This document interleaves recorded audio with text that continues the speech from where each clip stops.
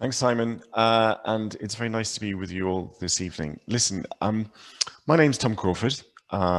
Simon's talked to you about what I do for a living, but I've also sat on the other side of the fence from being a consultant. So a long time ago, before I ran screaming from it, I was director of comms and engagement in corporate world for a number of organizations. So I have some inkling of what it's like to walk in your shoes, even if the frame of reference is now somewhat old. I live in France. I live up a hill with 4 dogs, a collection of crappy old cars, and a long-suffering husband.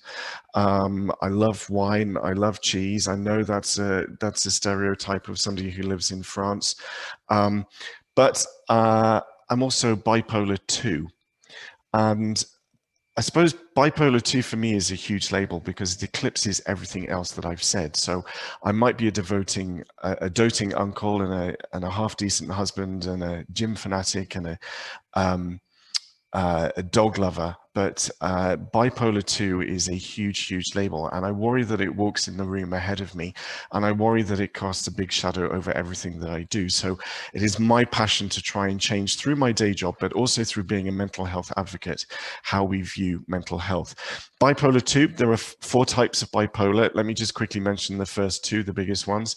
The first one is the one that you've probably seen more of in movies and things, where people have these massive highs and think that they can do things that they shouldn't really do or can't do, and they lose their inhibitions and they are a danger to themselves and others. They also have lows. My bipolar is less about highs. My highs are fairly normal. I just get super excited, but I have massive troughs and massive lows. And I've had it for about 33 years at the very least. I'm 48. So I had it as a teenager. And for the most part of those 33 years of having it, I was just yet another face in a GP surgery presenting with severe depression. And I remember the GP saying to me, "Oh, you'd be amazed at how many people I see like you every day," except that he didn't, because mental health is as nuanced as physical health. And that comment was as stupid as saying, "Oh, you've got gastroenteritis. I saw somebody just like you yesterday, they were pregnant." And even if you have the same diagnosis, mental health can present and impact you in totally different ways to other people with the same condition. And so that is one reason, one key reason we need to be able to have open conversations about mental health. We love catch-all labels on all sorts of things to avoid difficult conversations. We talk about breaking the stigma of mental health, and I think this is the wrong terminology because it suggests that we're talking about something which is totally shameful and unpalatable. And, we shouldn't also talk about normalizing mental health because mental health is normal. We've got 27 people on this call. If I can do my maths correctly, 4 into 27 goes 4 4s and 6, 5 4s and 20. I'm not very good at maths. I think there's about 6 people on this call, 7 people on this call who at some point, according to government statistics, will suffer from a mental health condition that is so serious it will require medical attention. And so what I want us to do is I want us to embrace mental health like our physical health. Why is it okay to say in the office, "Oh, do you know what?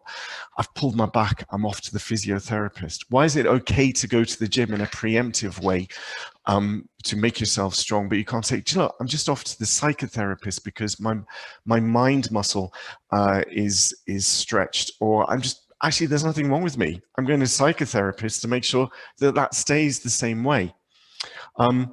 And we don't give mental health the same status as physical health. And for me, the mind is merely a muscle. It's the muscle that we rely on the most. It's the one that we overuse the most. It's the most fragile, it's the most complex, but it's the one that we give the least love and respect to. And, often, we will, we wouldn't think about smacking somebody in the face in the office because that's physical assault, but we mentally assault people with our words all the time. And it is not an excuse to say, "Well, do you know what? He's just too sensitive because he's got bipolar 2. That is the equivalent of saying, "Well, it doesn't matter that I ran her over in the car park because she was in a wheelchair anyway." Well, we have to respect that everybody has a minimum level of respect and understanding that they deserve. And we won't change how we feel about mental health unless we give the mind equal status to the body. And I actually think there are many positives to my mental health condition. So for years I resented it. For years I felt that I had to hide it. For years I felt shameful. For years I was bitter and angry because I thought, when the hell is it going to go away and leave me in peace? And you know, I actually thought it's never going to go away. And I look at my dad, who's diabetic, and how he lives his life and manages it and has made friends with his diabetes. And instead of fighting it, has lived alongside it. And actually, I view my mental health like that. And if we can have an open conversation in the office, and as communicators, you can help facilitate that, people like me will be able to talk about it. And when I was listening to what Amy said around burnout and that huge, overwhelming, you know, things getting worse in your head and you're getting into that doom zone. One of the reasons that I had to burn out was because my doom zone and all those negative thoughts couldn't come out.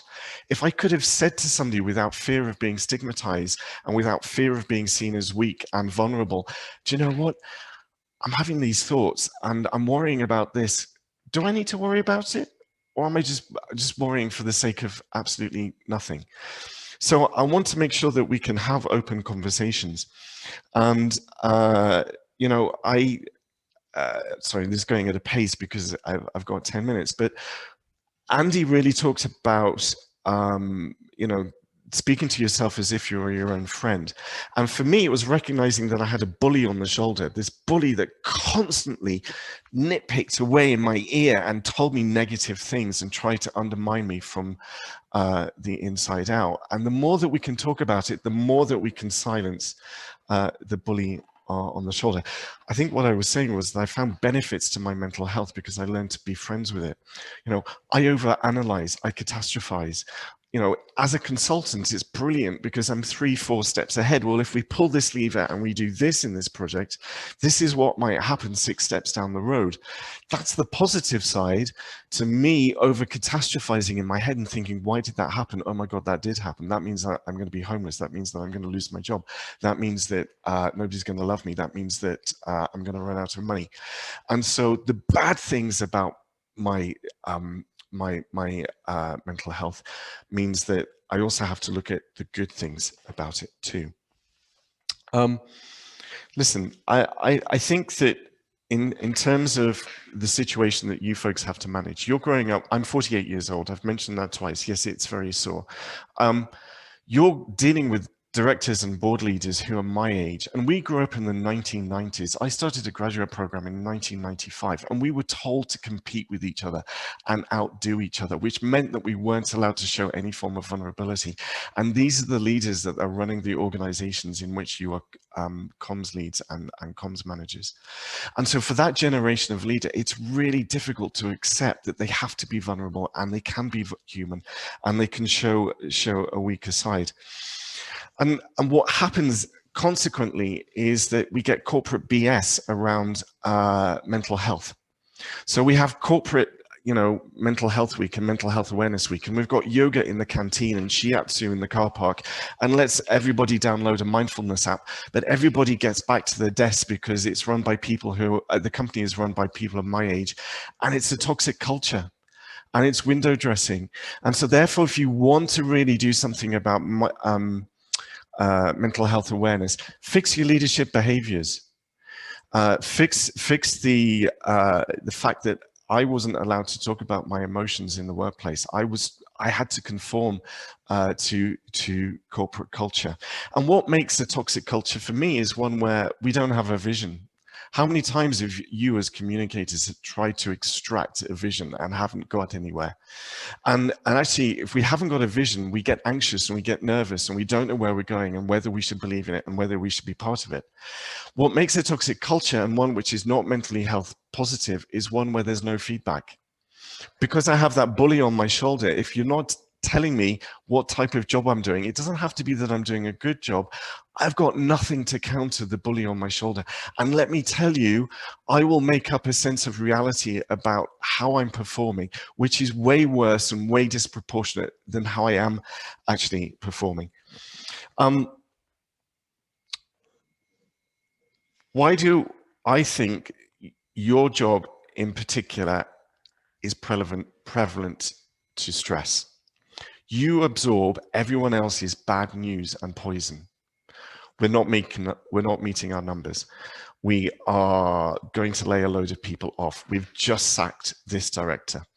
And you also get asked to do things which aren't your jobs. So you get asked to communicate things that actually isn't communication. You get asked to do things which is education rather than communication. And it leads to more absorption of poison, and it leads to task overload.